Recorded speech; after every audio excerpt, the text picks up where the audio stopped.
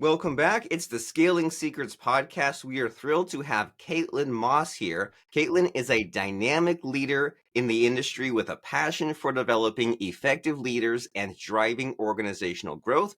Her expertise is in leadership development, change management, and communication practices. And she is employed with Insurity, and she's going to tell us all about Insurity herself, helping organizations grow, scaling people, culture. We'll have a lot of fun going to all sorts of different subjects. So, Caitlin, wonderful speaking with you so far. Thank you for having me. Glad to have you. And so we introduced you a little bit, hyped up the audience somewhat, but in your own words, what are you all about? What is your passion and your focus? Oh, my passion and my focus, like you were mentioning, it's communication, it's change management, it's project management. And those are all very, very big terms for things that can actually be applied to something that is a little bit more on the smaller side, more discrete side.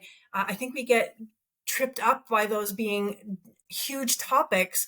But really, what I love is taking something that's very big and can be very abstract and breaking it down and simplifying. I think we all know that simple is not easy, but making that more accessible to leaders and allowing them to be more successful in those areas, that's really what gets me going. What I love doing within Insurity as well, leading by example as well. So I hold myself to the same standards. So that's what gets me going.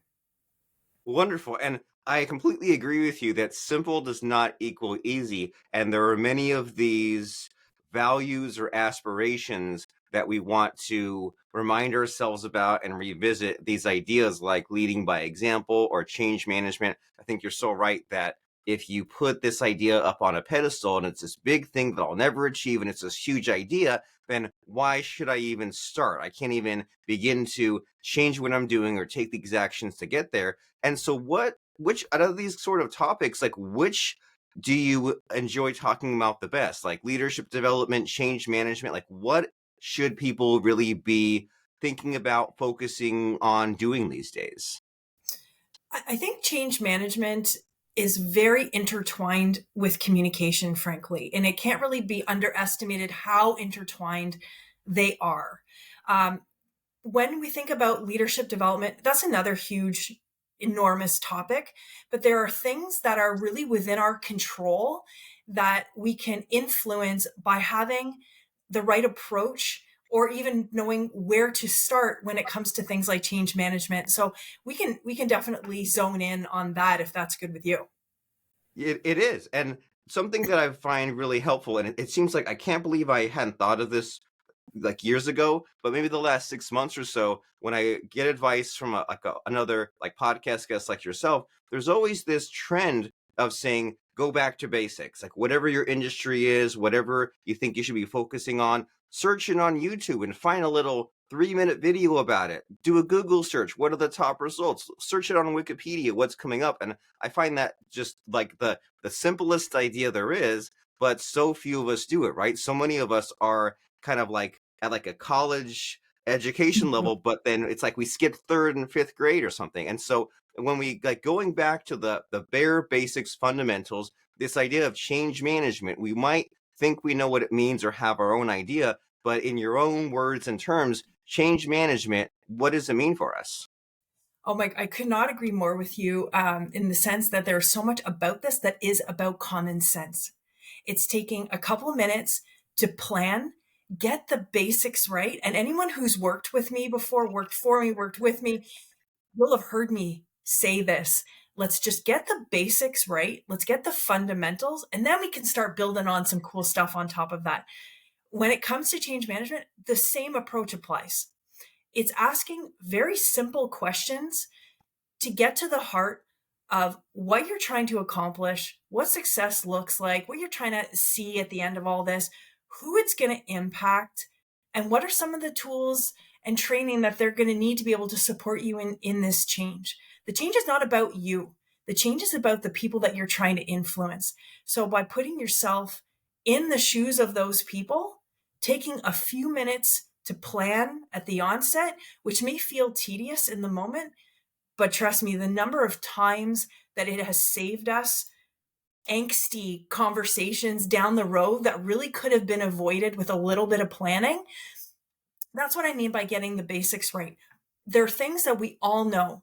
There are things that are common sense. That third and fourth grade comment that you made, again, so very true. Have compassion, have empathy for the people that this change is going to impact. That gives you right there the fundamentals of how you should be managing your change, and that goes for very large changes, enterprise-wide initiatives that impact a lot of different groups, and it also applies to the very simple things that you are trying to accomplish on a day-to-day basis. It can scale that wide. Wonderful. So it's not just about you, it's about your team and how they're affected as well and having empathy. And I like that question that you put out there, what does success looks like? And so to help us kind of understand you and your process, like when you help someone get this change management problem figured out, what's the starting point? Where are they at? Are they without goals? Do they have a goal but not a good plan? Like what's the mess that you find yourself jumping into that you have to clean up and get them set straight as far as this change management idea? So I actually think it starts one step before that. It's getting our leaders to respect the fact that they don't have all the answers. You might think you do right at this moment, but you actually don't. And the point of the process is to make sure that you're giving yourself an opportunity to figure out what you don't know, because we don't know what we don't know, and that is true for both large and small changes as well. So just respect the fact that we're not going to have all the answers out of the gate, and that's okay. That's part of the process. And then it's to start answering a couple very simple questions.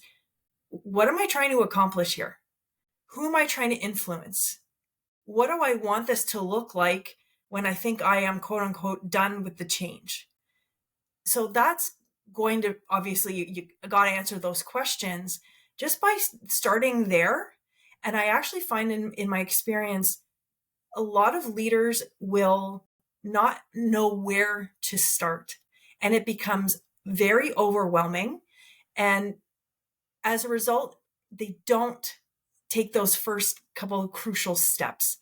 And it ends up being a bull in a china shop type of situation where it's, you know what, I've got this thing I got to accomplish. I'm just going to ram it down people's throats.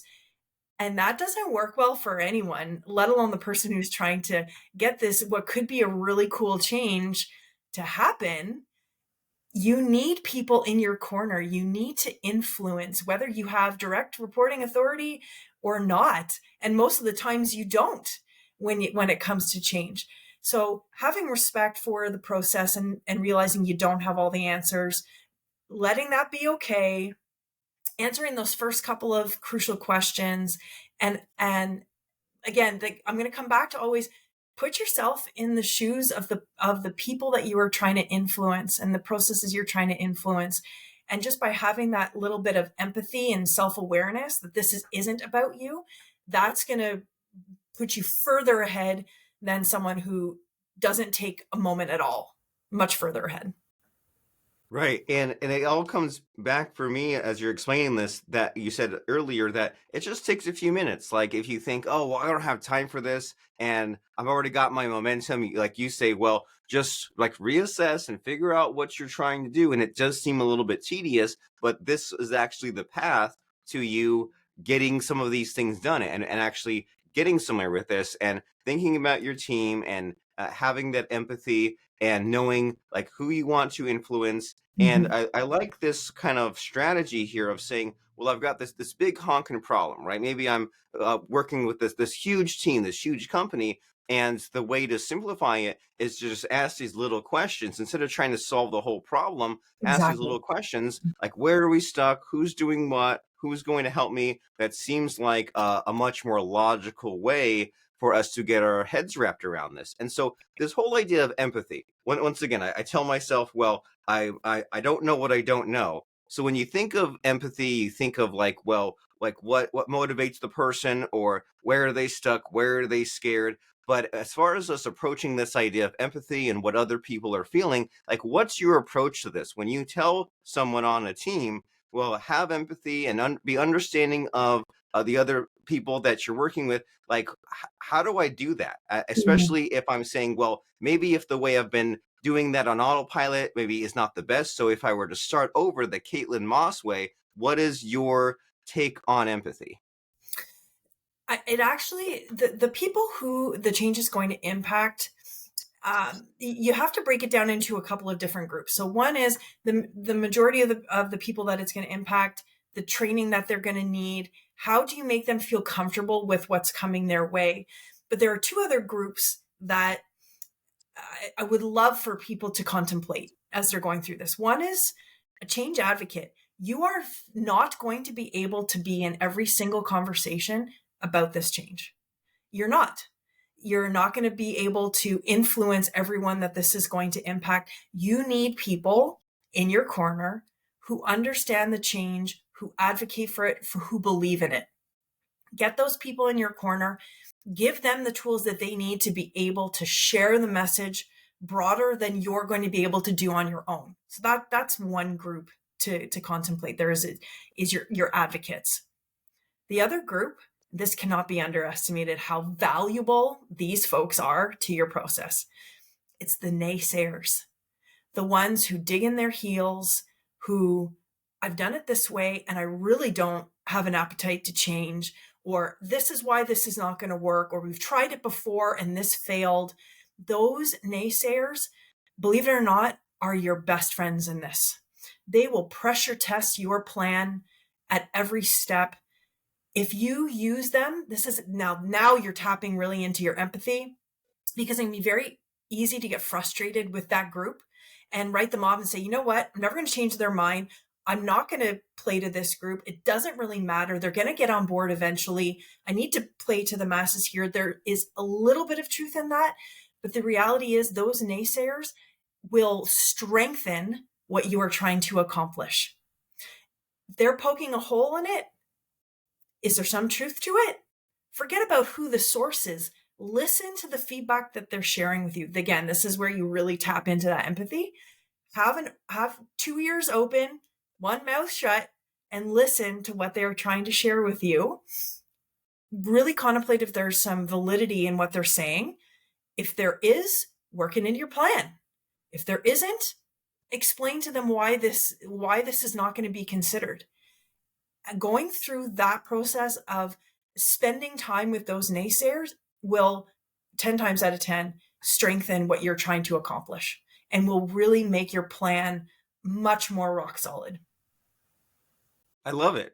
People are a lot to navigate, aren't they? People are a bit much sometimes. Mhm. But I like that how it kind of turns things on its head. Where if you have these naysayers, these people that are maybe in the way of your plan for whatever reason, it's tempting to ignore them or work around them or try to fight them. But you're saying work with them, that way they can battle test your plan. And since this is Yeah. a podcast, stories are a lot of fun, especially the dramatic stories about failure and some of these things going wrong, because it's easy for people like you and me to talk about these concepts, these ideas, which are great. But then sometimes, like speaking of naysayers, someone might be listening and say, well, these are good ideas, but then like, where can things go wrong? And maybe I won't even want to try. And so in your experiences and adventures, like where have you seen teams and this whole leadership idea, where have you seen things go bad where they had to be like fixed up and corrected? Any kind of dramatic, scary stories to share with us?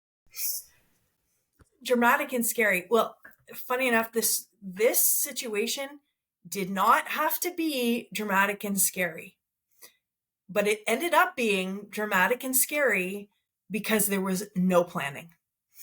And I'm going to use a little bit of a general example here because I have seen this happen so many times. And anyone who's been in a leadership position has probably seen this happen as well. Something as simple as a small reorg. A couple of people are moving leaders. We've changed, the product mix.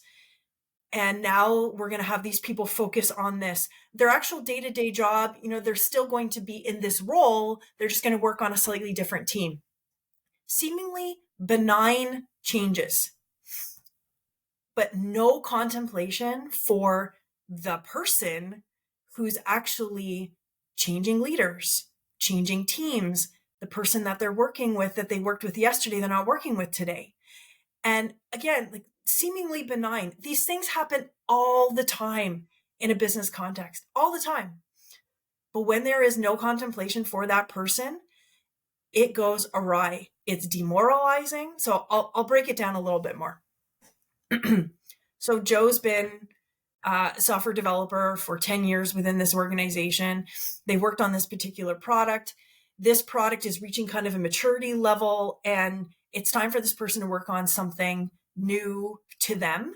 Product's been around for a little while, great momentum in the market. We're going to focus a couple more resources on that product.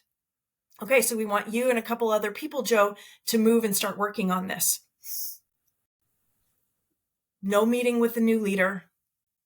All of a sudden, they're invited to these meetings that they've never been in before. Where are my training materials? Who's going to shepherd me through this? Do I use the same tools that I was using yesterday as I use today for this new product? This is so simple.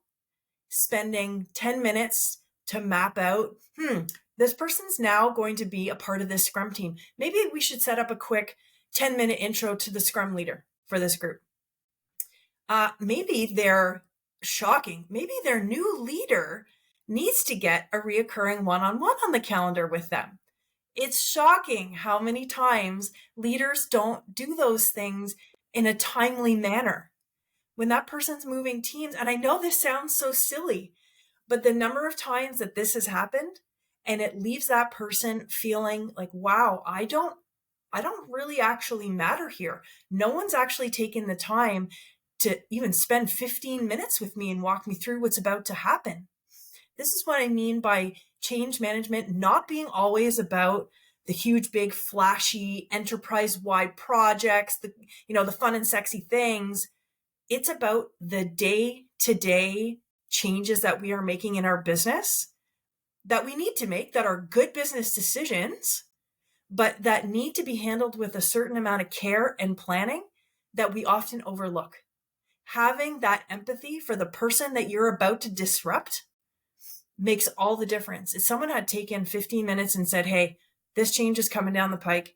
Here's what's going to happen. Here's what it means for you. Here's why we're doing this. Here's who else this impacts. Here's who you can reach out to for this. Oh, by the way, you're going to be using all the same tools. Okay, great. There's no disruption on the tool side, but now they know this. They're not having to find this out by happenstance. So again, I know this is not a very specific, I'm using Joe as an example, but that example has happened repeatedly. And this is actually where my passion for change management kind of came to be, because I realized, my God, we're spending so much time diffusing these silly situations that could have easily been avoided with 10 freaking minutes of planning. And for just a little bit of empathy for the person that the change is impacting. Had we just taken a little bit of time, it would have saved us an hour's conversation where this person is angry because I don't know what I'm doing. I don't know who I'm working with. My manager hasn't even talked to me yet. And who does that come to? That comes to HR usually. And then we're having to spend time and diffuse, and then those people are getting involved, and that's just not great for anybody. I mean, I'm part of the HR team. You come to us for anything and everything. Please do. And we would like our leaders to have that level of empathy so that we can be a really good partner to you. So that's like my cautionary tale and where this passion all started for me. And I'm sensing a theme here that it's just when dealing with people, there are some, I'm not sure if rules is the right term, but there's just like things that can and should be done to make sure that the people around you are handled well. And usually it just takes 10 or 15 minutes. And if there's ever the objection of like, well, do I really need to do this or think about this? Mm-hmm. And someone like you would say, well, hey, it's just 10 or 15 minutes. And in the long run, it's going to save everyone a lot more than that little window of time just to make sure that things run smoothly. And you think about and hear about a lot of these ideas, like if you are making some kind of change in your organization or like a new feature in your software that you're developing or something to get people excited and on board with the idea. And it's kind of it's an interesting concept to think about, But then we've also been in that situation, and we all kind of jump around and have had all these different multiple lives, right? Lives and careers where we sometimes just get thrown into a team or get moved around, and we say, no one even told me about this, or no one just gave me these reassurances that you're talking about, where you're saying, well, here's what will change as far as your situation, here's what will not change, and here's how you're going to be interrelating with these other people around you. It's just like such a little gesture, and it's thoughtful. But as you say, like a lot of leaders maybe don't think to do this or don't know to do this. Just a little bit of onboarding, so to speak, to make sure that Mhm. everything runs smoothly. And so you mentioned a few times here that you do HR and you're working for Insurity. So can you tell us like what your role is there and sort of what led to that and what you're all about? So I've kind of grown up through HR right from an administrative role. By nature, I am a curious person. I think that's served me very well in my career as I've grown. I've been in the insurtech space for, well, I shouldn't say this, but coming up on 16 years, but my entire HR career has been in technology. So when I talk about, empathy for the individual, it really hits home for me in the sense that when you work in IT or within a software development organization, people are your asset. It's no more complicated than that. And if a change affects only one person, like this poor Joe who didn't get shepherded nicely into their new team, that has an impact. And the greatest way to influence your people is to keep them engaged. So it is all about the people. And I've sort of lived and breathed that in my entire career. And I love that. And just having that appreciation for the person behind the screen, the person behind the work, behind the code. Um, my career is started as really as a generalist. I love that about HR, that there's so many different avenues that you can explore. I've gone from running an entire HR department. We were part of an acquisition, and then we really kind of split up into centers of excellence. And I went the HR business partner route at that time, which in hindsight ended up being a really great decision because and over time, really realizing that the greatest value HR can have to an organization is only as good as how well as we know the business. If we don't understand the struggles, the constraints, the environment, the market, our competitors, we have to have an understanding and appreciation of that in order for us to offer valuable guidance. And that's the way I've approached my own career. It's the way I encourage those who work, with and around me to view it as well. We are a partner to this business, but the only way that we can have that credibility and that seat at the table and the voice is if we understand the business.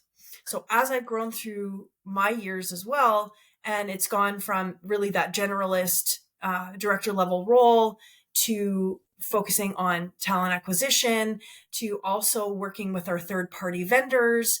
We have a large contingency of contractors that work with us as well, and the relationships we have with those third parties. Our M&A strategy as well. Again, you bring in an acquisition into an organization, huge amount of change management that's brought into that. So running those projects, everything from reduction in forces, which are not great, but it's equally as important as how we treat people coming through the door on the way in as we treat people when they're on the way out. And we've done a really, really great job as a team to be able to treat people with compassion and empathy. And that is reflected well on our credibility within the organization. Today, my role is my title officially is HR strategic programs. What does that mean? That is anything and everything that would fall into HR that doesn't have a natural home. So it's really interesting from an exposure perspective, the different elements of the business that we're changing. And a lot of my role ended up coming down to project management, change management, communication management, and I love it. Well, fantastic, and I can tell that you do with all of these things that you're thinking about and focused on, and all these big problems that you've tackled, like you mentioned, things like an acquisition or the layoffs, and it kind of comes to me back to there's this huge in the future, there's this huge achievement I need to get figured out. But then in the present, I'm so overwhelmed. And so it requires just constantly asking the questions and having the empathy and having just the recurring focus back to, okay, well, I'm gonna get on a path towards there, knowing that I won't figure it all out today, but I will Mhm. figure out slowly over time just by kind of always thinking on these problems and talking to my team and figuring out who will help me and what questions I could ask. It all seems simple and doable in theory, and it can be as long as we kind of make sure to apply this and to just keep on trucking and to kind of listen to what you have to say, especially as far as going back to the simplicity and not letting all the chaos win. And so in all of these amazing adventures that you've had, all these different career paths and roles and things all this change you've seen happen in a company, has anything surprised you? Have there been any ahas or just anything that's worth sharing in that department, just as far as just something that woke you up that maybe can wake us up as well? I would say one thing that I learned, I'm not going to say the hard way necessarily, but definitely learned that has influenced, again, like my career.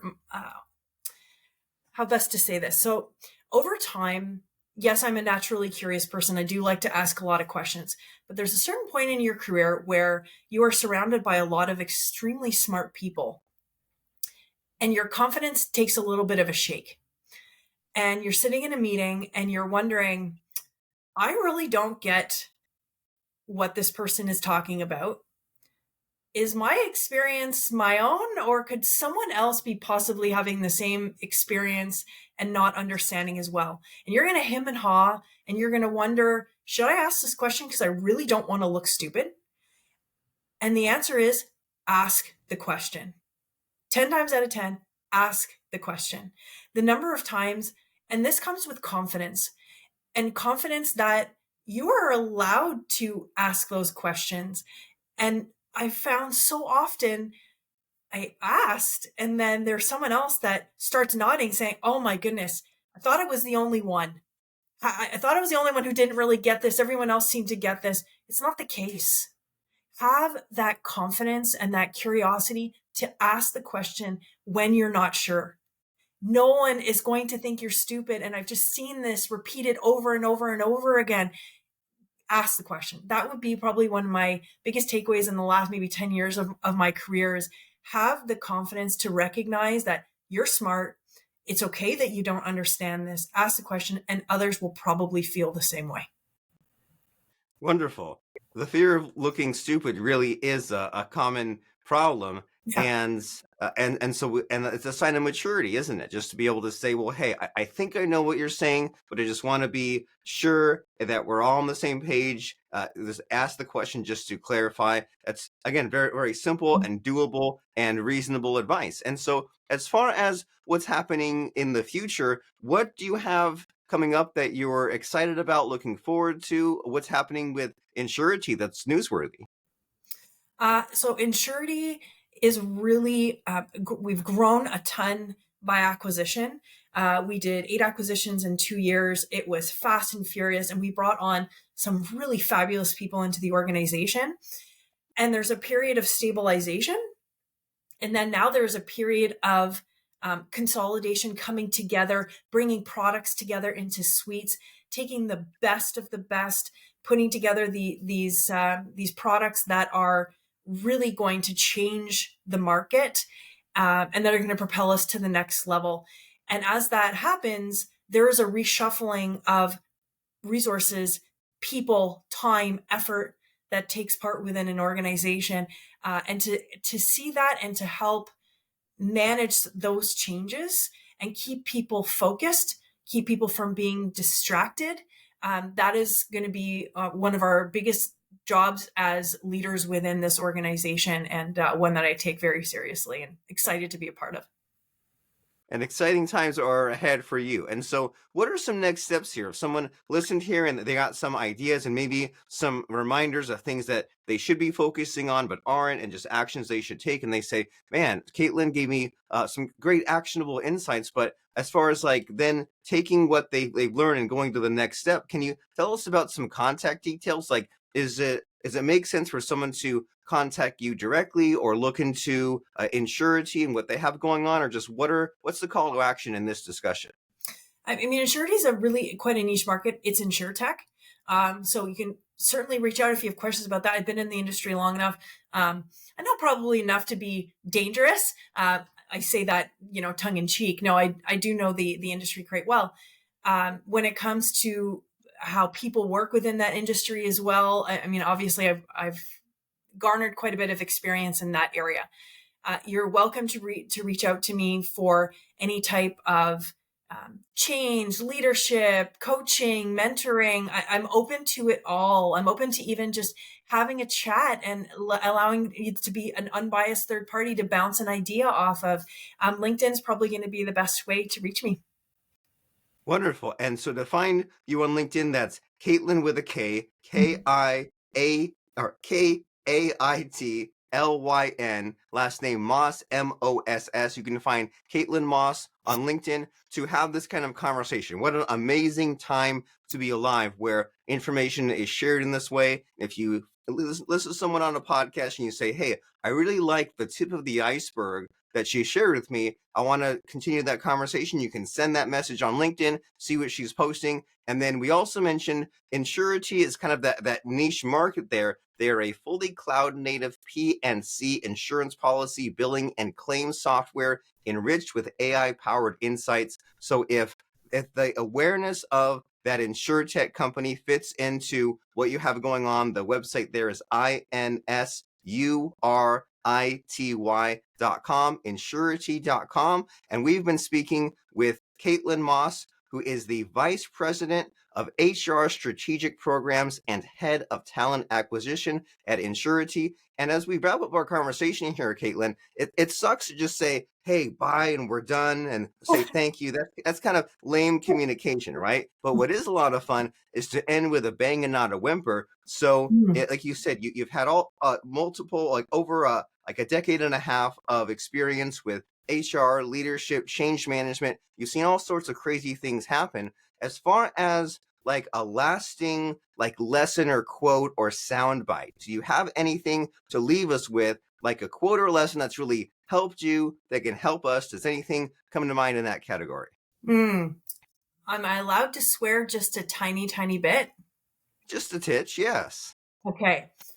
This is one thing that I will use in the midst of when things seem very overwhelming and you just need to take a breath. I remind myself to breathe in the good shit and breathe out the bullshit.